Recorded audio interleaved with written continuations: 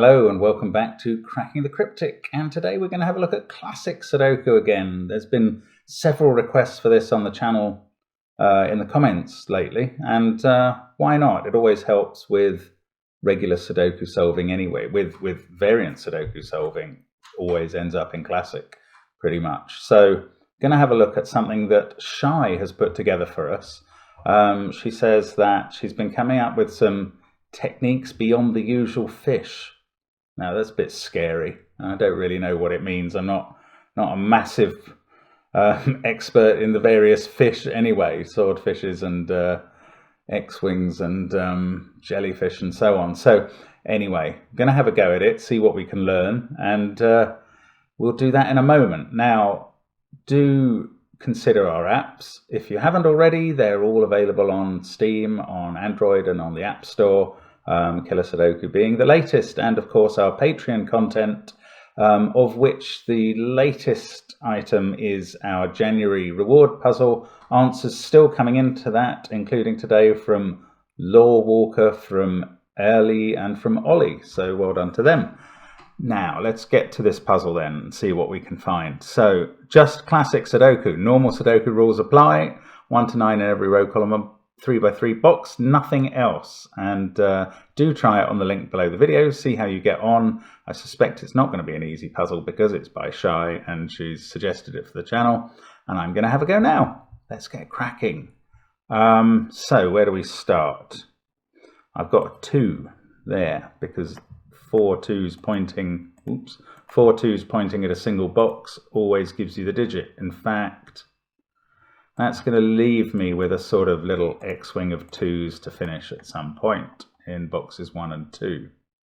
Now, 1s, there seem to be quite a few of those around as well. So another X-wing of 1s between columns 1 and 3 there. And the given one that I get, again, 4 1s pointing at this box, resolves the last 2s. So all my 2s are done. It's making me think maybe this puzzle is meant to be tackled in order. I can kind of see there's reducing numbers of each digit as we go up. Anyway, let's just carry on. 3 is constrained to one of those. Was that subconscious? I am now looking at 3s. Don't know why, but it is interesting. The pattern gets a bit more useless there. Okay, let's just keep going. 6s. Okay, breaking out of the shackles of constrained thought. 6s there, 5s there. I'm just looking for repeated digits in the chutes of boxes, like 6s there, 5s there, 5 again in one of those 2, 6. Well, I'm going to mark these 6s because they could get interesting. I don't know. I sometimes don't mark 3 possibilities, but actually I already did for 3s and they were on a bend, so a bit spurious to claim that I'm squeamish about marking those now. Right, looking along the top. Okay, there we go again. 3 5s must be in there. We've done the 1s, 2s. 6 again. No, I was going to say 6 can't be in the middle cell, but that's absolute tripe. 2 5 3 1. Okay, we've looked at the chutes now. So what else can we find here? Well, there is an interesting pattern in the top rows and the bottom row. Sorry, the top row and the bottom row. We have 1 2 3 4 5 6 sharing the same 6 cells. This is kind of using the symmetry of the puzzle. And Shai is a very good constructor and maybe is doing this deliberately. So the 3 possibilities in each of those cells are 7, 8, and 9. This one it can't be 7 because of the 7 in the box. This one it can't be 8. They almost look set up for some sort of swordfish or something. Don't know how that would work. 4s. How about 4s?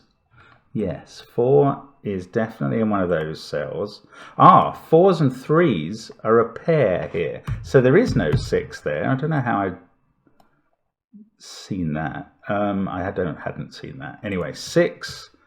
Okay, 6 now is there and there, forming a sort of X-wing. That keeps it out of these two, because in column 4 and 6, it has to be in those two cells, because that's where it has to be for those two rows. So 6 in the central box is up the middle column somewhere. And now we've got these positions for 6 in boxes 4, 5 and 6. Yeah, so there's only 2 positions for 6 in the middle row. If it was here, that would force those 2 to be 6s. But if it was there in the middle row, then we have an X-wing of 6s. Given this puzzle, I have a feeling that will be how it resolves, but there's no logical proof of that yet. So what else can we find here? 4s, 4 is constrained to those 2 cells. Which fixes 4 in this box, right? So 4 can go in there, because the way to look at that is the only place for 4 in row 3 is there. Should have seen that when I got this 3-4 pair, probably. 4, 5, 6, 4, 5. There's only 1 8 and no 9s at all, of course. That was something I was noticing earlier. So this cell is either 5 or 9. Not sure how that helps. 4s, yes, I was noticing this. 4s are restricted to there. And to those 3. That's the same 3 cells that 3 is restricted to in this box. Right. So we've got a 3, 4, 5, 6 quadruple in the box. Yes. Okay, I'm going to take out the pencil marks and put those in. That's 3 or 4. That's 3, 4 or 6. This one is any of them, 3, 4, 5 or 6, but this one is only 5 or 6. Now that means these 3 cells are 1, 8 and 9 as a triple. And this completes the swordfish. Yes, it does. Look at that. I'm looking at 7s specifically, because 8 and 9 are included in that 1, 8, 9 triple. So they can go in row 4, column 1 or row 4, column 3. But 7 can't. Oh, actually, this was always available. Anyway, the swordfish is across... Sorry, I've only used the 1, 8, 9 to find it, and it's totally irrelevant to that. I could have found this anyway. But the 7s... Now, that cell is not possible to be a 7 because of the 7 in the cage, but all of these are. And what this means is, because the 7 is confined to these boxes by its rows, then 7 is confined to these boxes by its columns as well. And all that is telling me, it may not be all that much, it may not be helpful, but it is there and quite interesting. So certain cells in columns 2, 5 and 8, which could previously have had a 7, no longer can. And I think that those cells are here, here, and here. And I'm just going to colour them orange for now. They doesn't mean anything special, just no 7s in those. And that means 7 is confined to one of those 2 cells in box 1. One of those 2 in box 6. One of those 2 in box 7. And it has to be in one of these 2 cells in row 4. Now, can we use that?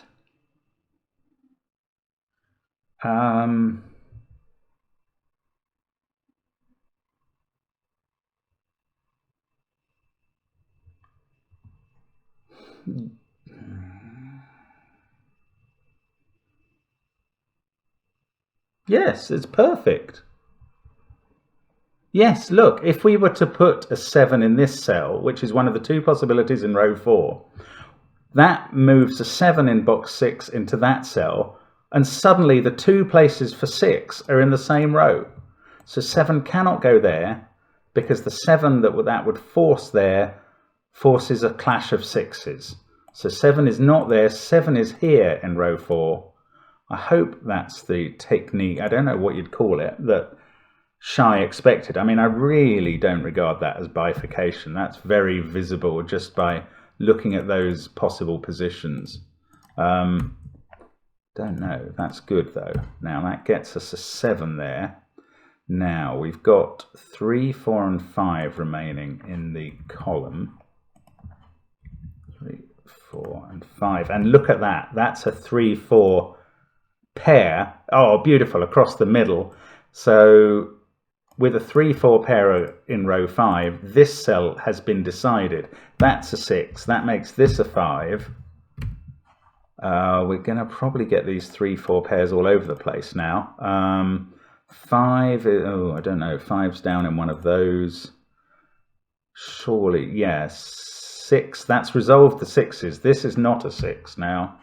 And therefore, that won't be a 6 either, because it means we put 6 there and 6 there. Ah, now I've put a 5, 9 pair in that and got that as a 5, so that's become a 9. Get rid of the 9s. Let's take the pencil marks. Oh, lost it. Let's take the pencil marks out, is what I was saying. 1, 8 pair there makes this a 9. 9 in one of those two. Ah, this can't be 9 or 7 now. That is a naked single 8. This is 3, 4 or 5, which gives us a 3, 4, 5 triple, i.e. 8 over here, which I could have seen by normal Sudoku means. 7 is in one of these two. These are a 3, 5, 7 triple with 7 not being there. Let's take the pencil marked 4 out. Now this is a 9, 7 pair now. Can't resolve that yet. Let's get rid of these coloured cells, because I think we established the benefit of 7 not being in those already. 1, 2, 8, 6, 4, 7, 3, 5, 9, no. I mean, I feel like we've cracked open this puzzle now, but maybe there's resistance still to come, which will ultimately be futile.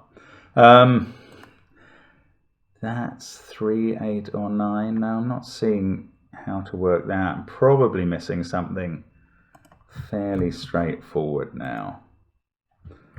And normally I'm hovering over the thing I'm missing as I say that on past practice. 6 is still in an X-wing, not been resolved. Maybe one of these is a 9. Is that useful? Not really. 2, 8, 1, 7, 6. So 4 is there, 5 is there, 9 is there. We don't know about 3. Oh yeah, I mean, my theory that 3s and 4s were going to be the next digits, that fell apart in a hurry. Ah, yes, that 8 is looking at that 7. So if I was hovering over this cell when I said I'm probably missing something obvious, then I caused you to shout at me, and I apologise. Right, 7's resolved. That becomes an 8. That fixes the 1, 8 pair. This has been resolved as a 7. The last 1 goes in the grid there. Now I've got a 4, 9 pair here. Ooh, and a 3, 9 pair up here. So 3 intriguing offset pairs in the left-hand boxes that will be incredibly useful when I know what they are.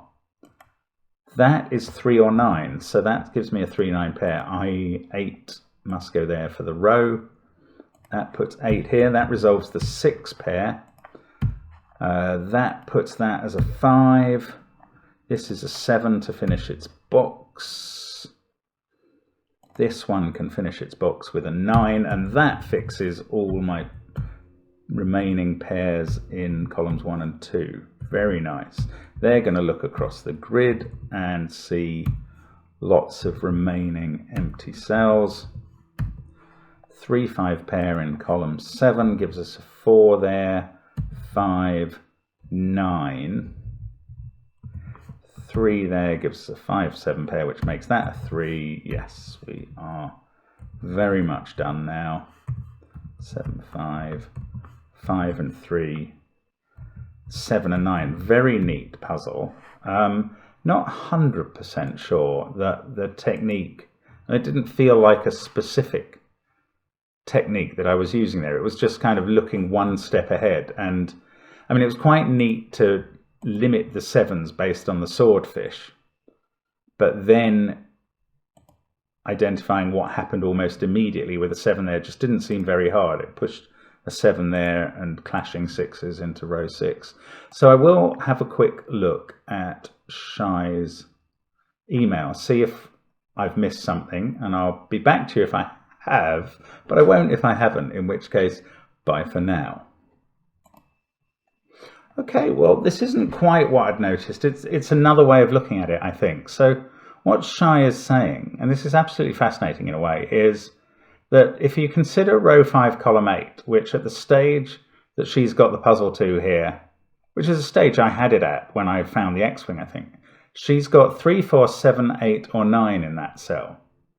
And she says very perceptively that if you put 7, 8, or 9 into that cell, which are numbers not already placed in the central box, that forces one of these green cells to contain 7, 8, or 9, the same as the blue cell. And what that means is that neither of these red cells in rows 1 and 9 can contain 7, 8, or 9. And therefore, whichever number it is out of 7, 8, or 9 now suddenly has to appear twice in column 2. So it's another way of looking at the swordfish followed by the short chain that I found. It certainly uses this grid geometry of the green, red, reds. I do recommend the swordfish technique, like looking for that particularly, maybe only in hand-designed puzzles where compilers have deliberately, like in this case, Shai had used the symmetry to create a pattern in which it was possible for these restrictions to occur. So it's a very useful tool, and as I say, especially in hand-designed rather than computer-designed puzzles, I suspect it often yields a path to what the constructor has intended you to find. Now, I didn't find exactly what Shai expected, and it's a really clever technique that once you can rule out, just to carry on the point, once you rule out 7, 8, and 9 out of that blue cell, which you can do because of the fact that it forces those digits out of all the red cells in columns 1 in rows 1 and 9, then you have 3 or 4 in that cell to go with the 3 or 4 in row 5, column 1. That makes the 3-4 pair that I did find as a result of doing what I did in boxes 5 and 6. Very much the same result, very clever setting. I mean, I don't think I enjoyed it any less through finding that result in a very slightly different way, but a real good learning puzzle, I think, in terms of how the techniques for classic Sudoku.